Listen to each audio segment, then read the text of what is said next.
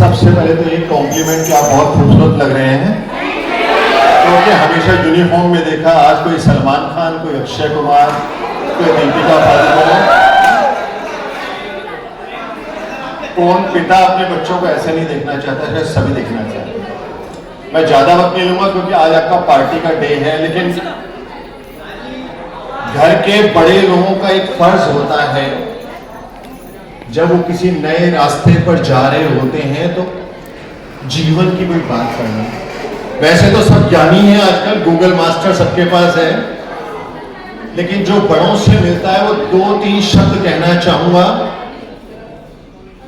जिसे लेना है वो हमेशा तैयार रहता है।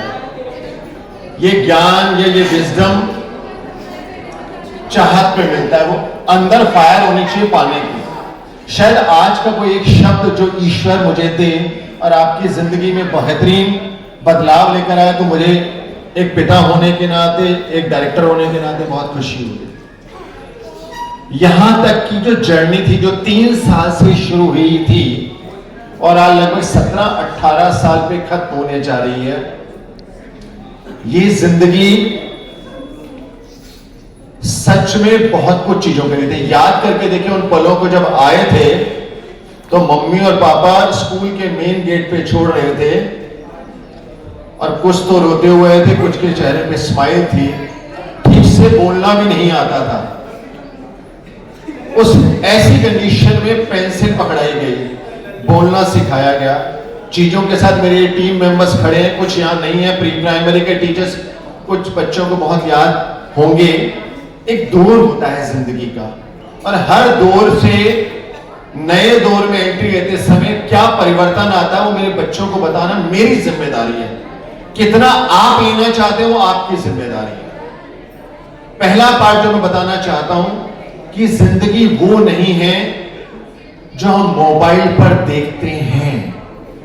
यस, जिंदगी वो नहीं है बेटा जो एक लेविश लाइफ देख रहे हैं, बड़ी बड़ी कार्स देख रहे हैं, जो बंगलो देख रहे हैं, वो हकीकत नहीं है।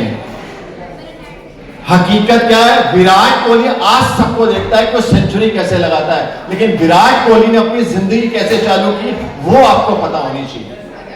कैसे अरिजीत सिंह, एक सिंगर जो था जिसको रियलिटी शो में रिजेक्ट कर दिया गया था, और वो आज एक वर्सेटाइल सिंगर है, आज कितने तरह के गाने गाता है, कितने लाइव शो करता है, वो ऐसे नहीं बना।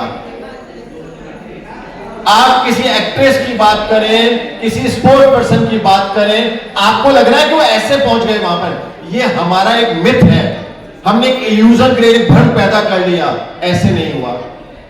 ये सच्चाई में आपको बता रहा हूं, शायद आप में से कोई मेरा बच्चा उस चीज को पालना कर सके। सबने कंफर्टेबल जोन को ब्रेक किया। इस दुनिया में कंफर्टेबल जोन में कुछ भी हासिल नहीं होता। बैठे बैठे सफलता आपके पास नहीं आने वाली। अभी जिस बच्चे का आकाश का रैंक आया, वो स्कूल आया मिलने के लिए, जिसके 99.47 आया, परसेंटेज का गेम नहीं बता रहा हूं। 80% वाला भी बहुत कुछ कर सकता है, 60% वाला। मैं एग्जांपल दे रहा हूं। तो उसके फादर आए, मैंने कहा बेटा कैसे रहा?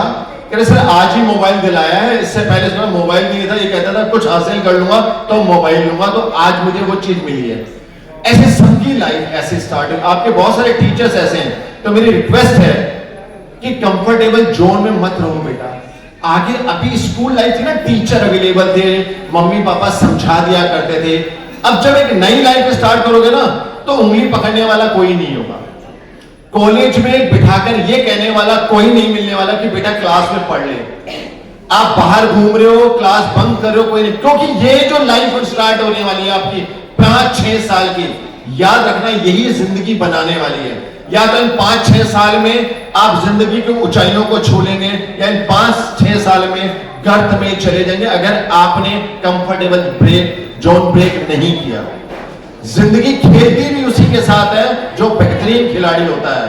ये याद रखना, जिंदगी उसी के साथ खेलती है जो बेहतरीन खिलाड़ी होता है। कुछ हताश होकर बिखर जाते हैं और कुछ संघर्ष करके निखर जाते हैं। यह आपकी चॉइस है कि आपको बिखरना है या निखरना है। क्या चॉइस है ये आपको डिसाइड करना पड़ेगा। आपने कभी चंदन का देखा है? क्या चंदन देखा है किसी ने? जब उसको घिसते हैं तब उसमें से रंग निकलता है, वो मस्तक पर तिलक लगाते हैं।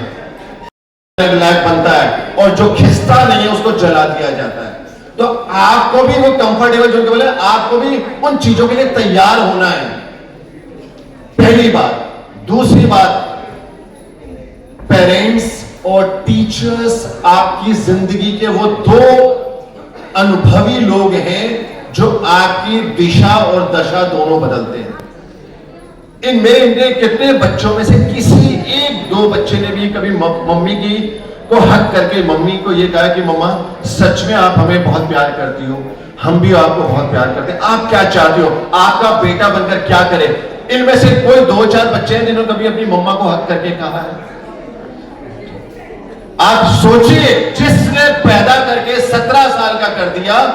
हमारे पास मोबाइल की लिस्ट में ऐसे बहुत सारे लोग हैं जिनको हम लिखते हैं आई लव यू। बहुत सारे ऐसे दोस्त हैं जिसको लिखते हैं मैं तेरे बगैर रह नहीं सकता। कभी मां से भी कह के देखा कि मम्मा तेरे बगैर नहीं रह सकता। कभी पापा के गले लगाकर ये कहा कि पापा आप मेरे लिए कमा के बहुत थक जाते हो, सच में आपकी आंखें गड़ रही हैं, आप बहुत सारा 12-12 घंटे काम करते हो, मेरे लिए करते हो ना, एक दिन ऐसा आएगा पापा आप रेस्ट करोगे, आपका बेटा आपके लिए बहुत कुछ करेगा।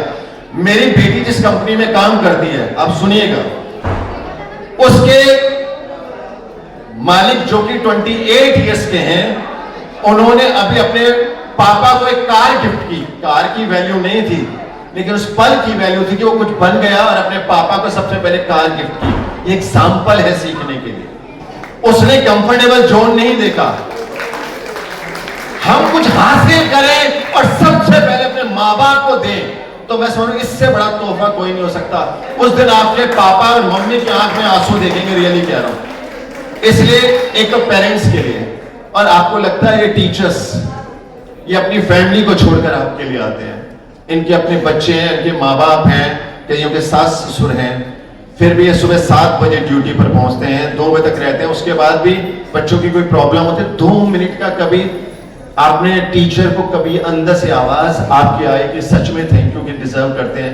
3 साल की उस उम्र में आपका हाथ पकड़ा था जब आप कुछ कह नहीं सकते थे। आज आपको 17 साल की उम्र में इस लायक बना दिया कि आप एक नई यात्रा के लिए उड़ान भरने वाले हैं। तो क्या टीचर्स के लिए एक बार थैंक यू या तालियां नहीं बनती हैं?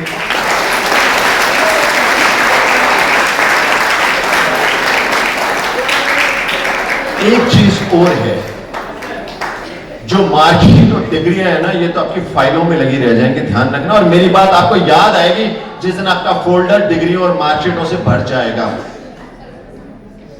जब आप किसी से बात करेंगे तो ये नहीं कहेगा तेरी डिग्री में कितने मार्क्स आए थे, ये बता देना।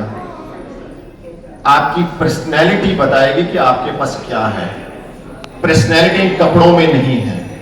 पर्सनैलिटी इसका पार्ट हो सकती है, इसका 10% हो सकती है, 90% इस बात पर करेंगे कि आप कितने पोलाइट हैं, आप कितना लोगों को सम्मान देते हैं, आपके मन में किसके लिए कितना दया भाव है, आप कितना संयम रखते हैं। आप देख रहे छोटी छोटी बातों पे हम रिएक्ट करते हैं, हमें पापा मम्मी पे गुस्सा आ जाता है। सोचो, जो मामा पापा मम्मी पहले गुस्सा किया करते थे, आज हम उन पर अपना रोब जमाते हैं। हम ये साबित करते हैं कि हम बहुत कुछ सीख गए, कुछ नहीं सीखे अभी। आपको अपने व्यक्तित्व को निखारना है। देखिए, इंसान तो हर घर में पैदा होता है, लेकिन इंसानियत कुछ ही जगह पैदा होती है। हमें इंसानियत पैदा करनी है, हमें ऐसी जनरेशन आप लोगों को पैदा अपने अंदर वो वैल्यूज लेकर आनी है, वो संस्कार लेकर आने। मैं बता रहा हूं ये बात, डिग्रियां फोल्डर आपके एक दिन अलमारी में पड़े हुए होंगे, आपसे कोई नहीं पूछेगा कि आपके कितने मार्क्स आए थे, लेकिन आपके व्यवहार को देख के जाएगा मजा आ गया इस आदमी से बात करके। वो मजा आपसे बात करके आएगा। आप जब किसी की मदद करोगे, किसी ब्लाइंड पर्सन को करोगे, किसी भूखे को खाना खिलाओगे, तब आप अपनी आंखों में वो खुशी देखना। सच में यही पढ़ाई थी, पढ़ाई का मकसद भी यही था, लेकिन हमने सोचा पढ़ाई का मकसद दूसरा है, हमें एक भ्रम पैदा किया। तो अगर आपको जीतना भी है तो लोगों के दिलों को जीतने की कोशिश करो, असली कमाई यही है। ढेर सारी शुभकामनाएं हैं, क्योंकि एक नई जर्नी पर जा रहे हैं। तो एक पिता के रूप में, एक डायरेक्टर के रूप में ये शुभकामनाएं दूंगा, अच्छे से अपने जीवन की ये 7-8 साल देख लीजिए, ताकि कल आप इस मंच पर आकर अपनी सक्सेस की कहानी दूसरों को बता सकें। Thank you very much, God bless you.